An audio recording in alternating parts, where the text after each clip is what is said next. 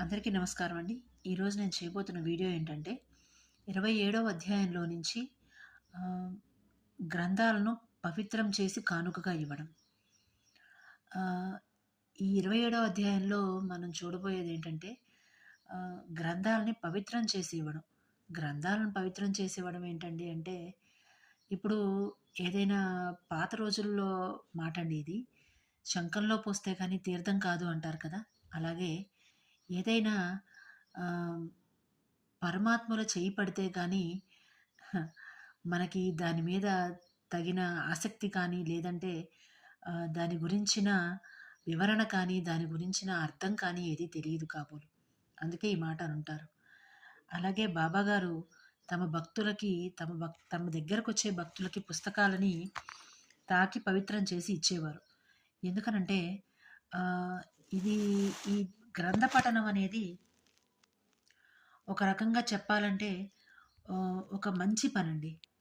ఆహ్, సద్గురువులు ఎవరైనా సరే తమ అంటే తమ మేలు కోరి వచ్చిన వారికి అంటే తమని గురించి వచ్చిన వారికి మేలు కోరి చేయదగిన పని ఏంటంటే జ్ఞానాన్ని తెలుసుకోమని చెప్పడము. లేదంటే జ్ఞానాన్ని బోధ చేయడము. లేదంటే పుస్తక పఠనం ద్వారా తెలుసుకోమనే ఒక సలహా ఇవ్వడము.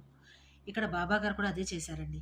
పుస్తకాలని పఠనం చేసి జ్ఞానం తెలుసుకోమని చెప్పేవాళ్ళు. ఈ రోజుల్లో మనకి అంత అవకాశం ఉందా అండి? ఫోనుల్లోనూ, సోషల్ మీడియాల్లోనూ అన్నీ దొరికేస్తున్నాయి. ఆ దొరికేదాన్ని ఇన్ఫర్మేషన్ అంటాం కానీ, జ్ఞానం అని అనము కదా! బాబాగారు ఆ రోజుల్లోనే ఎప్పుడు 1910 ఆ టైంలో విషయం అండి ఇది. ఇప్పటి విషయం కాదు. కాబట్టి ఆ రోజుల్లోనే ఆహ్, ఈ యొక్క పుస్తక పఠనం అనేది ఇందులో ఇవ్వబడిందనమాట. ఏంటంటే ఆహ్, ఒకసారి కాకా మహాజని ఒక పుస్తకాన్ని తీసుకొని వచ్చి ఇస్తారు బాబాకి. ఇచ్చినప్పుడు దాన్ని పవిత్రం చేసి ఇస్తారని చెప్పేసని బాబాగారికిస్తారు. అయితే బాబాగారు ఏం చేస్తారు, ఆ పుస్తకాన్ని తాకి "ఇది శ్యామకివ్వు. శ్యామ వద్ద ఉంచమని చెప్పు" అని చెప్తారు. అప్పుడు శ్యామ అంటాడు, "ఇది నాది కాదు బాబా, కాకా మహాజని గారి పుస్తకం ఆయనకిచ్చేయమని" చెప్తారు. అయితే "కాదు, ఇది నీ దగ్గరే ఉంచాలి. నీకది మేలు జరుగుతుంది. నువ్వు దీన్ని పఠనం చెయ్యి రోజు" అని చెప్తారు.